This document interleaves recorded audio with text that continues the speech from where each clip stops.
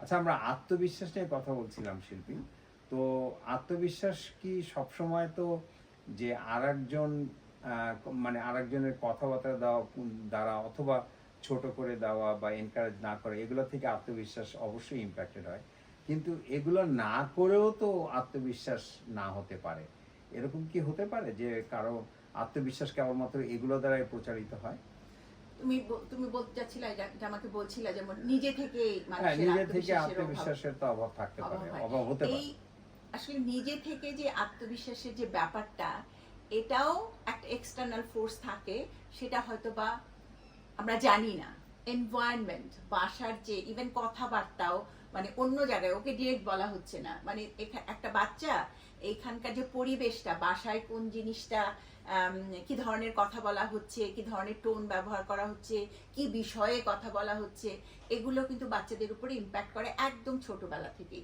এটা আমরা ওকে ডিরেক্ট বলছি না যে এটা তুমি করো না, হ্যাঁ, কিন্তু মনে করো যে আমরা রেসিজম নিয়ে বা রেসিস্ট কোনো কমেন্ট করছি, আমি এবং আমার হাজবেন্ড বা বন্ধুরা বা অন্যদের সাথে বসে কথা বলছি, ও সেটা দূর থেকে শুনছে।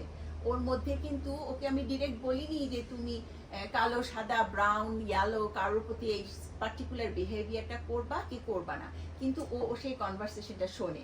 বাচ্চারা কিন্তু অনেক বেশি অবজার্ভ করে, সো ও কিন্তু এটা শুনে তারপর যদি ও বাইরে যায়, একটা এই যে কোনো বর্ণের কোনো মানুষকে দেখলে কিন্তু তার বিহেভিয়ারের মধ্যে ওটা দেখা যাবে উইদাউট ইভেন টেলিং আস। সো একইভাবে আমরা যখন অনেক সময় মনে করি হাজবেন্ড ওয়াইফ দরজা বন্ধ করে ঝগড়া করছি, আমার সন্তান শুনতে পাচ্ছে না, আমার সন্তান কিন্তু তখন তার রুমে বসে কানে হাত দিয়ে বসে আছে, অথবা মিউজিক শুনছে, অথবা নিজেকে ওই ঝগড়া থেকে ডাইভার্ট করে অন্য কিছুতে মনোনিবেশ করার চেষ্টা করছে। সো আমরা ডিরেক্ট ওকে কিছু বলছি না, কিন্তু ও একটা পরিবেশ পেয়ে যাচ্ছে যে এখানে আমি মুক্ত না, এখানে আমি একা, এখানে ও জাস্ট বাবা মাকে তখন ওর একদম এলিয়েন মনে হয়, ওকে দূরের মানুষ মনে হয়, তখনও ও কিন্তু স্বাভাবিক আচরণ করতে পারে না। এবং সেই সব এই ধরনের ঘটনাগুলোও কিন্তু ওদের ভিতরে একটা কনফিডেন্সের একটা অভাব আসতে পারে, ওদের ও নিজের প্রতি বিশ্বাস হারিয়ে ফেলবে। তার মানে জিনিসটা যেটা বলার চেষ্টা করছো তুমি সেটা হচ্ছে যে সরাসরি কাউকে না বললেও, বাচ্চাদেরকে না বললেও ঘরের ভিতরে যে ধরনের আলাপ আলোচনা হয়, সেই আলোচনাগুলো যদি ওরা শোনে তাহলে সেখান থেকে ওদের ভিতরে একটা আত্মবিশ্বাসের মানে অভাব বা ইম্প্যাক্ট হতে পারে। যেমন what you mentioned about racism, এটা একটা খুবই একটা ইম্পর্টেন্ট বিষয়। যে আমরা নিজেরা হয়তো আলাপ করছি, যে তুমি আর আমি হয়তো আলাপ করছি যে এই আমি আসলে ওই চামড়া আমার ওরকম, সেই জন্যই হয়তো বা আমাকে ওই জিনিসটা দেয় নাই, বা এটা বাচ্চাটা শিখে, হ্যাঁ, তো এই কিন্তু তুমি আর আমি আলাপ করছি, কিন্তু ও যেহেতু শুনছে তখন ও হয়তো মনে মনে ভাববে পরের দিন যে রেস্টুরেন্টে যে ও হয়তো একটু মানে ভয় পাবে যে না, আচ্ছা আমাকে ইনাফ দেয়া হবে না আবার কিছু।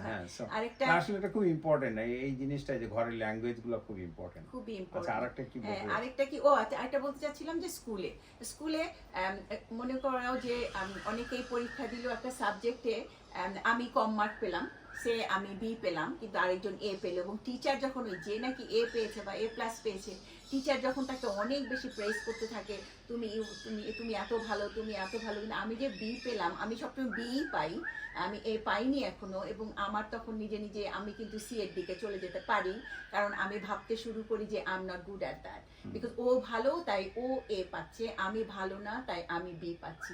এটা বলে দিতে হবে না টিচারকে, বাট আমি জাস্ট ওই মেসেজটা পাচ্ছি ইনডিরেক্টলি যে আমার বোধহয় এরকমই কোয়ালিটি আর কি, যে আমি এর চেয়ে ভালো করতে পারবো না, এইটাতেও আমার আত্মবিশ্বাসের অভাব হয়ে যেতে পারে। এটাতে টিচারের যে দোষ আমি তা বলবো না, বা টিচারের অবভিয়াসলি কাজ হচ্ছে সবাইকে এনকারেজ করা, তারা কোন বিষয়ে দুর্বল এবং সেখানে থেকে সে কিভাবে উঠে আসতে পারে, এই কাজগুলো টিচারের এবং বাবা মায়ের সবকিছু মিলে জাস্ট একটা এক্সাম্পল আর কি। হ্যাঁ, অনেক ভালো লাগলো, ধন্যবাদ।